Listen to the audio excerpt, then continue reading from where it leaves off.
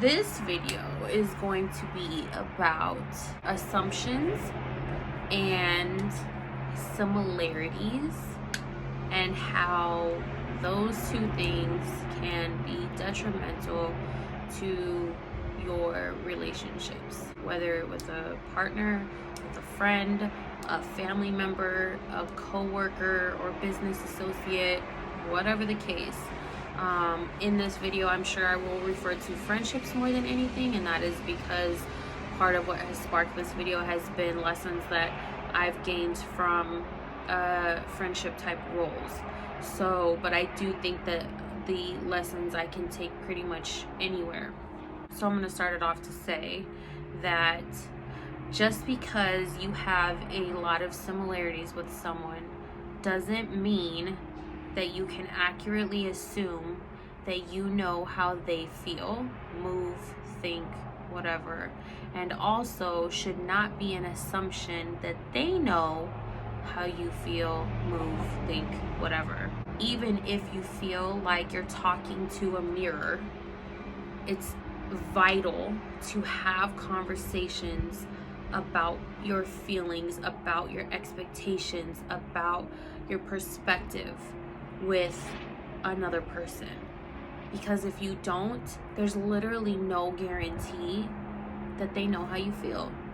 That's the only way to guarantee anything, is to have the conversation, to put it out there and to say it.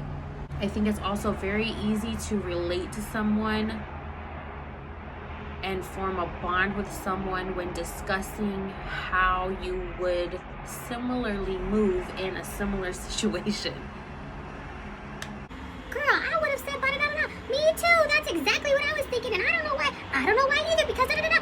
Right, that's exactly what I was gonna say. Those kinds of conversations can be amazing and can form really, really great bonds. But the true test comes when an issue arises within that coupling of whatever the type of relationship it is, and if that person is actually gonna move the way that they said they were gonna move. And whether or not you can handle it. So similarities are great because they form a commonality, they form a common bond, and it makes you feel seen, heard, valid, whatever, right? Which is great. I know that though personally, and I can't speak for everybody, but I know personally, having a lot of similarities with someone actually got in the way of our friendship in a lot of ways. I mean, there was some shit that happened, but I definitely think that personally where I messed up in the situation was that I took the personalities that we had and I ran with it. And I took the personalities, did I say personalities? Similarities is what I meant. I took the similarities that we had and I ran with it. And not only did I run with it, I let those similarities allow me to assume that the friendship was just gonna be easy, that there was gonna be no issues, it was gonna be issue free. I don't have to explain myself. We just know what each other is thinking, and it got in the way of me having conversations about how other things made me feel. It's not fair to assume that someone knows how you feel or that they should know how you feel. Even with, like, say for example, I've had a friend that we've been friends since I was 15 years old, and while more times than not she can accurately describe exactly what I'm thinking, and a lot of the times in better ways than even I can, it's not fair for me to just assume that she's always gonna know how I feel. Because if I'm doing my part as a person and I'm growing and I'm learning and I'm gaining perspective and I'm evolving, how can anyone, whether they've been in my life for 2 seconds or 20 years, always know 100% of the time and get it 100% accurate exactly how I feel? Like, to me, that's super arrogant and it's super ignorant. How is somebody gonna know that? It just doesn't make sense to me. So that's why it's super important to have conversations, because again, if you could take something differently. That's why there's different perspectives. People think differently all the time. I also think that time is sort of a weird thing to bring up as it relates to relationships, because on one end it can be detrimental to the friendship, whether it's a long friendship or not, and on the other hand it could be really great. When I say that, I mean like, this person hasn't been in my life long enough for me to care, long enough for me to waste energy, long enough for me to even worry about it, so I'm done. Okay, that's a downfall in a relationship. If you want it, great, and that's fine, but that is the downfall of that relationship, just facts. Or it can be because this person hasn't been in my life for very long, this is a learning opportunity for the both of us, for her to learn me, for me to learn her, and for us to come together and discuss it. And again, even though we are very similar, this should be a wake-up call that if we had been so similar, this wouldn't be an issue. So now this should be a learning opportunity that we're in fact different. Character is character though, and that's kind of like I think I want to do a video about that too. Somebody's loyalty and integrity and respect of a situation, I think, will generally be what it is. And whether it's good, bad, or indifferent, it'll just be what it is. I think talking about intention is very important too. Talking about and considering intention is very important. If you explain to someone your feelings of a situation, back up. First, you need to figure out whether or not you want to keep this person in your life. Do I want this person in my life? Do I need this person in my life? Does this person add value to my life? If you decide you want to keep them, or that you don't want to keep them, then wash your hands of the situation and be done. If you decide you do want to keep them, have a conversation with them, listen to what they're going to say.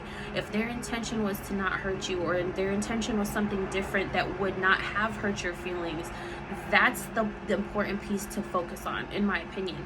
And after that person has apologized, your part in the situation is to look for changed behavior. Look for the follow-up behavior to support what they're saying, the actions to support the words that are coming out of their mouth. And if they don't change, again, back to square one. Do you want to keep them? Do you not want to keep them? If you do, have another conversation, but set your limit. Have a boundary. If you don't want to keep them, wash your hands of the situation. But if you continue to keep them and you don't have a conversation about how you feel, at that point you are putting yourself there. I think that it's important to consider all sides as well. It's important to consider another person's perspective and maybe thinking of what they might be going through, or that maybe there is a problem, and if it's important to you to figure that out, then to bring it up. On the other side, everybody's responsible for themselves, right? Like your closed mouths don't get fed, and if that person's not going to talk about it, then it's literally their problem. If I'm not going to talk about something that has hurt me, then it becomes only my problem. It's not that person's problem. You can't hold a person 100% responsible for how you feel. And when I say that, I mean that while their actions have caused you to feel some type of way, and that is the part that they are responsible for, you are responsible for whether or not you're going to continue the relationship, for whether or not you're going to speak on how you feel, and for your own self-reflection in the situation. It's not fair to that person, it's not fair to the relationship, and it's not fair to yourself to internalize things, keep them inside, and not talk about them, because you're literally only damaging yourself. And I say that because I've done it. I spent almost 2 years being upset with somebody because of something that to be fair, I didn't know how to communicate what the problem was, but also I didn't even communicate that there was one. And so for 2 years, I kept myself in a negative mindset on the assumption that she should just know how I feel. And she didn't. There was a time when I did talk about my feelings, and then the follow-up behavior didn't reflect our conversation, and at that point, that's when my perception of the situation at the time, because I know things a little bit differently now, but at the time was, okay, she doesn't care, you know? I also think it's really important to reflect on the whys. Why did her actions impact me so bad? I think that, for example, for me, I can speak on something for myself. The term "I'm done with you" triggers me. I've done enough self-reflection to know that when somebody says they're done with me, part of what hurts me about that has nothing to do with them. To go deeper into my own self, I happen to know that that is an abandonment issue that I have because of how I was treated by my mom. So when someone says they're done with me, it triggers something in me that makes me completely done with them. And this is coming from somebody who I try very hard to keep relationships in my life. I communicate as much as I possibly know how, my feelings, my perspective, and how things can be different and how things can change. And so that's why I think it's super important to look yourself in the mirror and say, why did that hurt my feelings? Was it really that person's actions that hurt my feelings, or did that person's actions trigger something inside of myself that made me feel this way? Especially if you know that person's character, if you know that person's level of integrity, if that person has voiced and then shown you a different intention, you have to look within yourself to be like, what demon is this coming up that it's not really this person's fault that I'm getting so angry? Again, not to take responsibility of the way that they made you feel, because that is still valid. But at the end of the day, if you are constantly like, why does, this hurt me, and why does that hurt me, or why do all these people think, and that's another thing too. So one piece of advice that I've carried with me a lot is the fact that you are 100% responsible for your 50% of all of your relationships. My dad said that to me, and I've taken that with me along the way. Another thing that I've been told is that if multiple people feel something about you, there has to be some truth to that. So if you have multiple people in your life telling you the same thing, you have to start considering how you're showing up in people's lives and your responsibility in that and your part in that. And if you're not, then you're just going to continue to get those same stories. This might have to be a two-part video, but I'm going to cut it off right now to say that basically this goes with the theme that I always say: trust your gut and intuition, listen and communicate, love yourself. And I'm going to start adding reflect on yourself to my videos, because that's what happened. There's more to it, but that's one of the factors and one of the relationships that ended in my life, is that there was just too much of assuming the other person's feelings without talking about it, and then looking for changed behavior, and then also looking within yourself to see what you did wrong. I could very easily run with, oh, well, she did this and she did that and she did this and she did that, but like, also I could have handled the situation differently as well. I could have made my feelings more clear. I could have said, like, point blank period, has my role in your life changed? Because if so, I need to know that. I could have asked more questions. I could have checked in more. I could have done a lot more too.